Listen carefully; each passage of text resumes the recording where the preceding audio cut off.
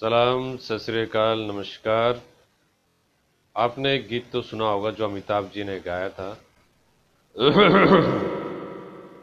बुजुर्गों ने बुजुर्गों ने फरमाया कि अपने पैरों पे खड़े होके दिखलाओ, फिर ये जमाना तुम्हारा है। जमाने के सुर ताल के साथ चलते चले जाओ, फिर हर तराना तुम्हारा, फसाना तुम्हारा है। तो ये बात इसलिए कही गई है, अपने पैरों पे खड़े होके दिखलाओ।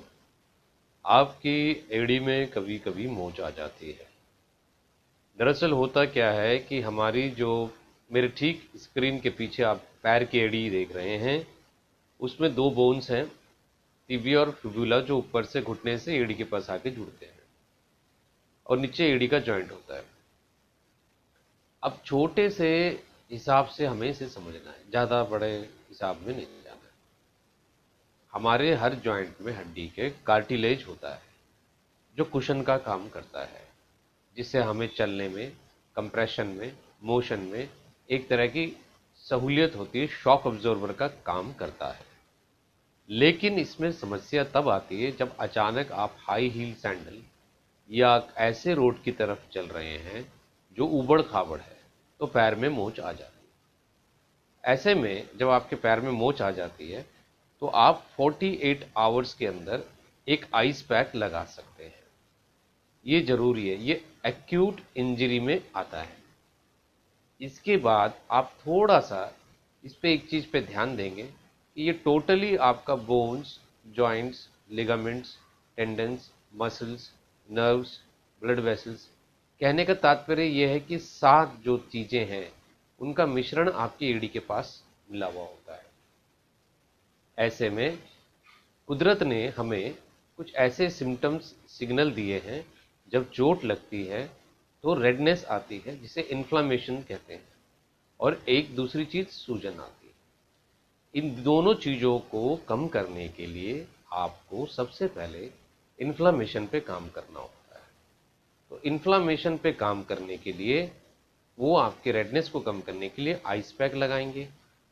सूजन को कम करने के लिए आप पिलो पे पैर रखेंगे, जिससे कि आपकी सूजन कम हो जाएगी। तीसरी बात, कुछ आराम मिलने के बाद आप 50 to 85% घर पे इसका इलाज कर सकते हैं। कुछ एक्सरसाइज करनी होती है, धीरे धीरे करके आप एक बैंड ले सकते हैं। एक बैंड को लेके जिस पैर में चोट लगी हो उस पैर में बैंड को फंसा के अपने दोनों हाथों से ऐसे उसे पकड़ लें। और जो बैंड में, मान लीजिए इस पैर में बैंड लगा हुआ है, तो दूसरा वाला पैर उस बैंड को प्रेशर देगा और वो पैर ऐसे इस तरह से लेके जाना है। या तो ये बैंड के पास रहेगा, ये बैंड में फंसा हुआ है, तो ये दबाएगा इसको, और ये ऐसे ऐसे करके ये इस चीज को ऐसे करेगा। यहाँ गौर से देखिए इसमें किस तरह से बहुत ही इजीली आप कर सकते हैं कुर्सी पे बैठ के, और दूसरे वे में हाथ से पकड़ के पंजे को ऊपर नीचे, पूरे पैर की एड़ी को वेट में रख के ऊपर नीचे एक्सटेंशन कर सकते हैं। इसको आइसोमेट्रिक वे में भी कहते हैं। आमतौर पे जब आप पूरी तरह से ठीक हो जाएं, थोड़ा सा दर्द में इम्प्रूवमेंट आ जाए, तो ये बैंड वाला आप शुरू कर सकते हैं। आप फोटो में ये इसको देख सकते हैं, और कुछ मैंने फोटोज लगा रखी हैं जिसमें आपको आइडिया हो जाएगा कि कैसे होता है। दूसरी बात ये है कि एक एंकल बैंड आता है जो आपके पूरे मसल्स को, कंप्रेशन मोशन को पूरा सपोर्ट देता है, और उसकी इलास्टिसिटी 8 के शेप में होती है जो जाके चिपक जाती है, और पैर के लिए बहुत ही सहायक होती है।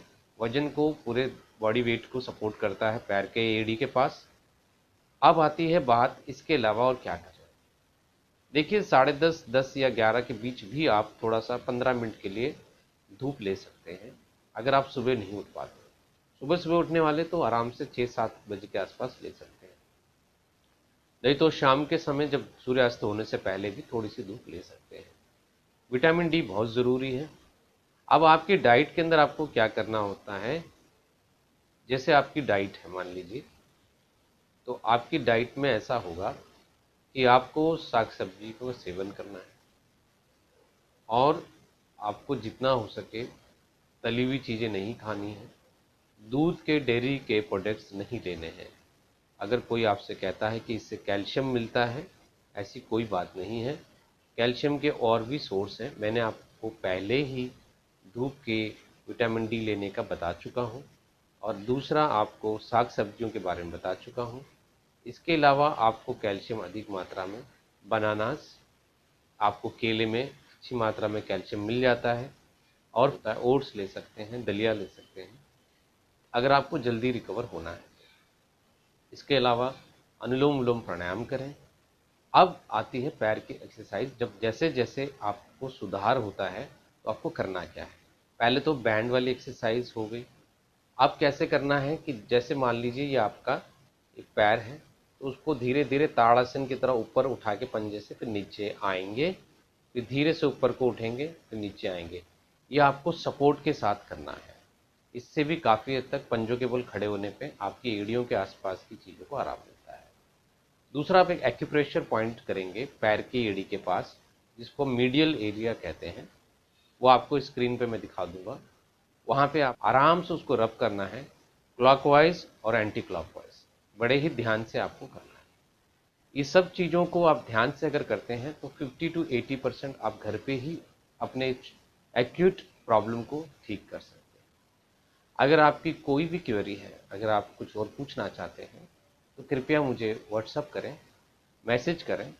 और इस लॉकडाउन में अगर आप घर पे हैं और आपको किसी प्रकार की कोई भी समस्या है, शोल्डर फ्रोजन है, सर्वाइकल स्पॉन्डिलोसिस गर्दन का दर्द है, या फिर कुछ ऐसा हो सकता है कि बहुत ज़्यादा मोबाइल देख रहे हैं, टीवी देख रहे हैं, उसमें गर्दन में दर्द आ सकता है, क्योंकि बाहर जा नहीं सकते, घर में हैं, तो जाहिर सी बात है कि टीवी देखना ही पड़ेगा। और ऐसे में मोबाइल देख रहे हैं आजकल ज़्यादा, जिससे नेक पेन बढ़ सकता है। अगर कोई ऐसी इंक्वायरी है तो मुझे व्हाट्सअप कर सकते हैं, मेरा नंबर स्क्रीन पे है। दूसरी बात यह है कि मैं अपना पहला वीडियो डाल रहा हूँ, जिसका नाम है फिट योग गुरु।